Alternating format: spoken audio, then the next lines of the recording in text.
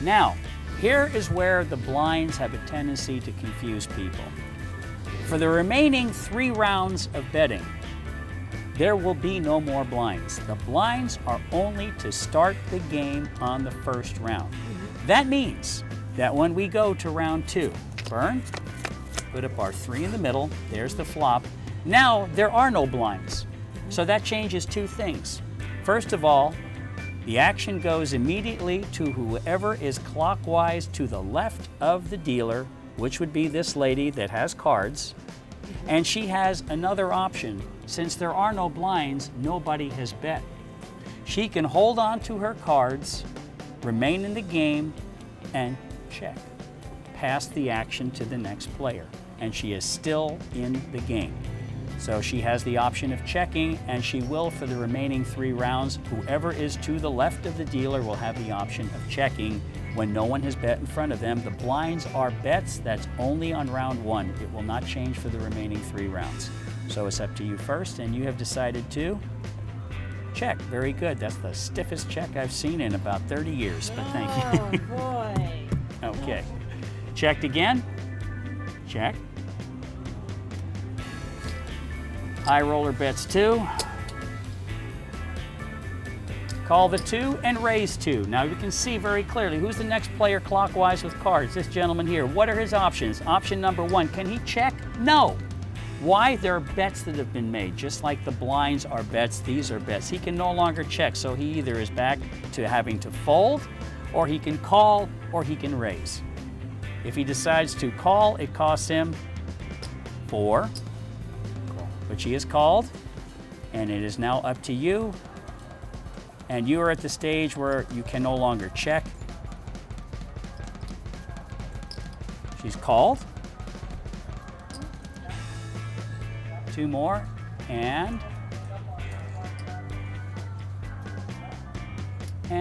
the wise guy that started it.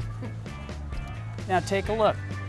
Once again, visually, everyone that has cards has the same amount of chips in the pot. The pot is right. These chips come into the pot, and we go to round 3. Now what changes on round 3? Everything is in increments of 4. Now we're ready to go to round 3. Vern, put up the 4th card in the middle. Whose turn is it? Mine. And she has the option to either check and hold on to her cards and pass the action to the next player, or if she chooses to bet, the only bet she can make is 4, and she is going to bet the 4. Now the action goes to the next player, and he has called the 4. What do I do now? Do you want to stay in the hand? Yes. Okay, put your 2 chips in front of you. All right, we're going to explain something. This is where TV and movies confuse people as to how poker really works. You will always see in films the most erroneous way of hands get played. Hands are played in every casino on the face of the earth with the arrangement called table stakes. Table stakes works like this. What you have bought in on that particular hand before the hand is played is all that you can win and all that you can lose. So forget about what you saw when people said you're 5,000 and hold up a sec, let me pull out my wallet, or let me go over and get some more money out of the bank. That's all garbage. The only thing that ever plays in a casino is table stakes. Now let's go back to this lady's dilemma. It's 4 bet to her. She only has 2. Would it be fair for us to say to her right now, well, you don't have the other 2 chips, so you're out of the hand? Is that fair? No. Would it be fair to these players here for her to realize, I really like my hand right now, hold up, let me get my purse out and put some more money on the table? Is that fair? No. No, so we have to do something that is fair. She's not entitled to win or lose any more than what she has in front of her, so we'll allow her to go all in for what she has, which is what she has done. I'm all in for 2. Now what do? Fine, keep the chips in front of everyone, and you'll see how this all plays out logically so that everyone gets a fair shake. Now it's up to the next player who has cards, who is this gentleman right here, and what has he done? Called the 4 and raised 4. It cost this gentleman 8 to stay in. What's he going to do? He says, I don't have the 8. Same scenario that she's in, only a little bit of a different chip value. So he says, I'm all in for what I have, which is 6. Now we go to the next player. It's 8 to stay in. He calls the 8. Now we go to the lady who started the mess, and what does she say? Do you want to stay in? Then give me everything you've got. Put it right in front of you. 2. And this gentleman, all he has is 1. So now we've got a situation where a whole bunch of folks have different sums of money. What do we do? First of all, what the dealer would never do, which is put the deck down so I can use both hands. And we have to make this fair. She should be able to get all of the action she deserves for her $2. So what do? Let's take $2 from him, $2 from her. Let's take her $2. Let's take $2 from this player, $2 from this player, and $2 from this player. Now everyone's matched her amount of money, and we'll put that right here in what we call the main pot. And a good dealer will communicate not just to the players, but to themselves as to what is going on at this point and say, ma'am, you are all in for this pot right here. That's all you are going to be able to win. Now let's take the rest. He has 3 of the remaining amount. He doesn't have what everyone else does. So let's take 3 from her.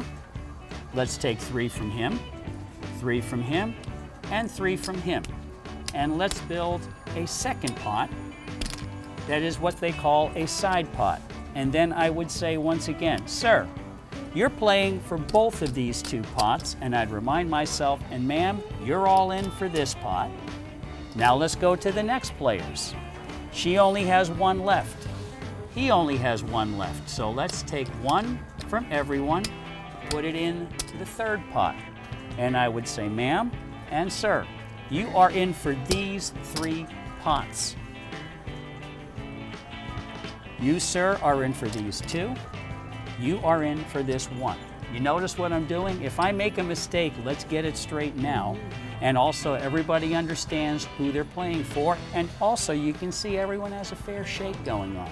Now, regardless of who's got money left, these 2 players both have money. So you 2 gentlemen are now playing for all 4 pots. So you 2 are in for all 4. You 2 folks are in for these 3.